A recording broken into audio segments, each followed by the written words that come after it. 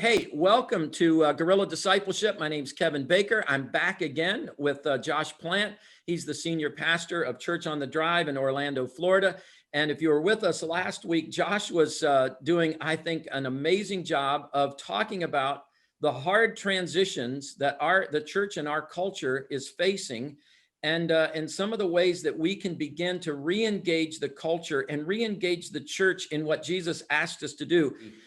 And so to help flesh that out a little bit with me in terms of the church. That's the reality is the church stopped doing that some years ago. And even in your saying that, we count on parachurch organizations. In other words, the church has gotten into a very attractional model. Come to church. Our doors are open. Come here. If you want to hear about Jesus, come here. But the command in Matthew 28 is to go into the world and make disciples. And so it seems to me as the church stopped going, ministries like Fellowship of Christian Athletes, Young Life, other parachurch ministries said, hey, these people need to go. We need to go to them.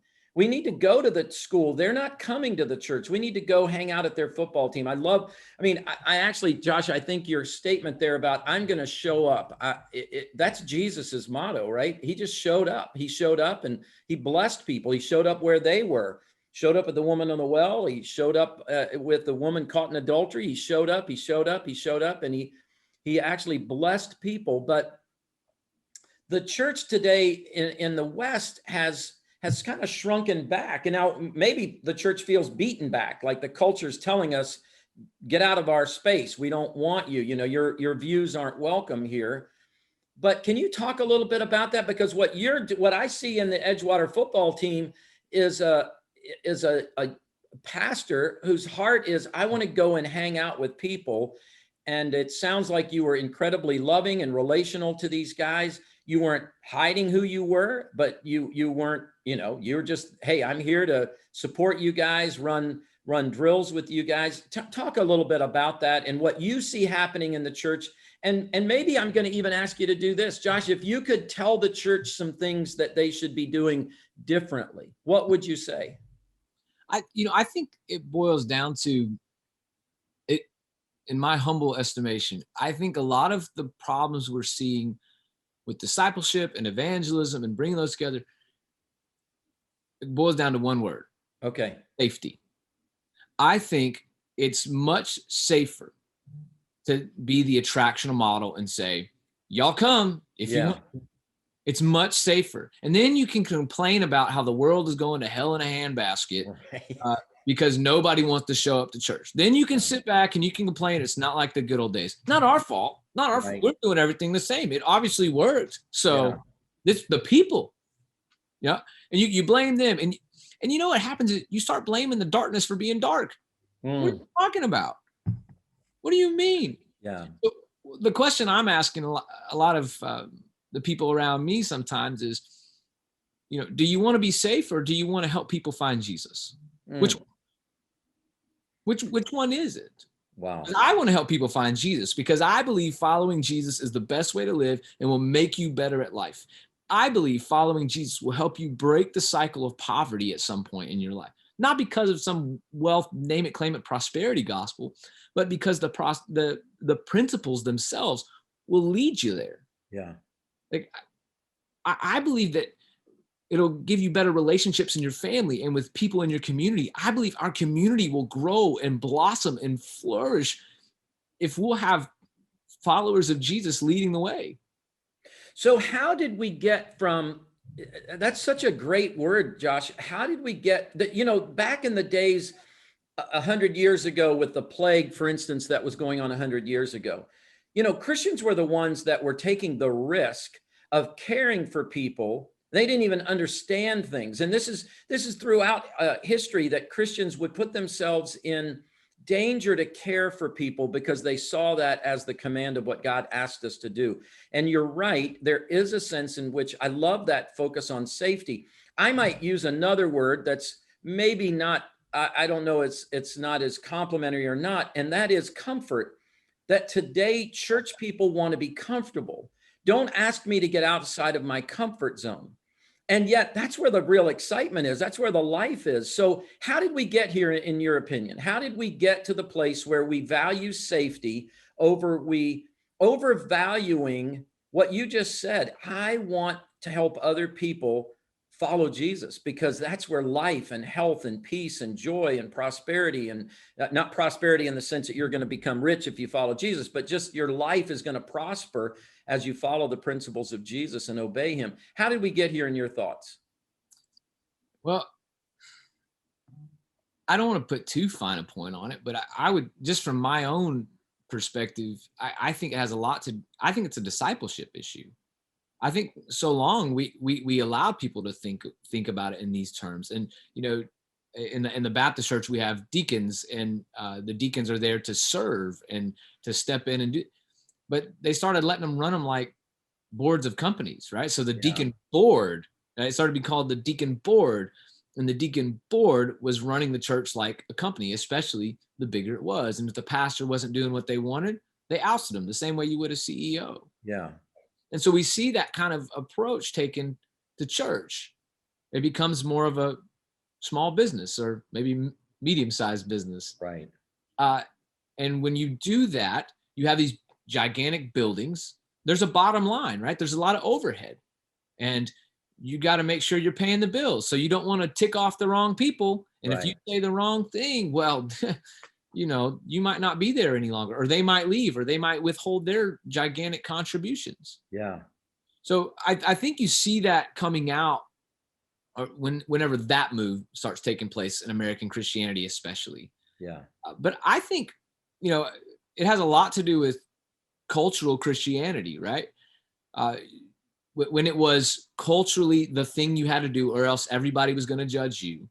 You weren't going to be able to be in the cool circles and do all of that. So you had to go to church, but there was never really a heart change taking place within you. Yeah. I think there has to be a level of discipleship, like ingrained in all levels of discipleship, that your job is to go into all the world. Yeah. It's otherwise you're just sitting back and saying, "Happen to me, Jesus." Right? Yeah. That's not how, Jesus doesn't say that. Like, go into all the world, sit there, and then I'll make you feel great. Like, hey, I want to go back to, you've said some amazing things there. I want to go back to them because you're right. It's not that any of us intended this, but in the church, we can get so focused on buildings and budgets and programs and staff. Yeah. And we need to keep a certain amount of income to keep buildings and budgets and income and programs and staff going. And so there does become, before you realize it, almost a compromise. Like, how do we get them in? And I think in even the best of our hearts, it's like, how do we get them in? Because we know that we can disciple them if we can get them in. But along the way, we lose sight of the fact that we have step 3 things down just to keep them happy enough to keep their giving going. And Jesus walked away. He let people walk away from him all the time. He told them the truth. It's like the rich young ruler came, "What must I do to inherit eternal life?" Well, these things, done all that. Okay, one more thing. Yeah. Give away everything that you have to the poor and come and follow me. And the guy walked away. And I think there's a part of us in affluent America that, like, we hate that story. We hate that story because Jesus didn't charge after him and go, "Hey, I was just kidding. You don't have to give all of your stuff away. I just testing you. Hey, could you just give 10%? I know, or even ramp up to 10%. Just give something away so that you can be." But Jesus is uncompromising and just lets the guy walk away. Now, we don't know the end of the story. Maybe the guy came back. I don't know. But what we do know is that Jesus's message was, if you want to be my disciple. There was always an if, and it was always a cost. And we seem to, I agree with you, we seem to have taken the cost out of discipleship, and we've said, don't do it if it's going to be unsafe. Jesus would never want me to be unsafe. And yet, when he sent the disciples out, Luke 10, Matthew 9 and 10, he said, "I'm sending you out as sheep among wolves." Right. And yet we are now basically worshiping comfort and worshiping safety. So how do we re-engage that? Are you and I are a generation apart here? Is your generation gonna relaunch this? How do you see that working? I'm hopeful that my generation and the generation after will do that. I think that it's going to happen out of necessity, to be honest. I think that you're going to keep watching these established churches that haven't that have been around a long time but refuse to make the switch. I think you're going to watch them fail in the coming years. Some of them will be around longer than others, but we've already seen, a lot Yeah. of churches, just like this one I'm sitting in right now, Yeah. right? Luckily, we decided we're going to be for our community, right? We decided we're going to be out reaching people. But there are a lot of churches, just like the one I'm sitting in, 93 years old, been around the center and pillar of a community at one point, that are now non-existent. Yeah. And there'll be more to come in the coming years, especially as some of our baby boomer pastors begin to retire. Hey, you're talking right at me, man. Just Oh, be careful now. So no. the reality is you're right. And I can't remember the statistic, but it is, you might know, it is amazing. In fact, I have a hard time believing it. I'm going to throw this out. It may be that it's not completely the right number, but something like 15,000 pastors a month leave the ministry in the US. Wow. And so nobody goes into the ministry to, feels called by God to go and basically chaplain a church's death. And yet what I think you're saying is, if we don't change, that is what's happening, and that's what's going to continue to happen. And it's hard for pastors, because you become you've got all these great ideas, and what you see needs to happen in the new reality that we have. And yet you've got church members who basically, and you said this earlier, who keep saying in their heads, and I get it, well, this is what we used to do and it worked. Maybe you're just not the right pastor.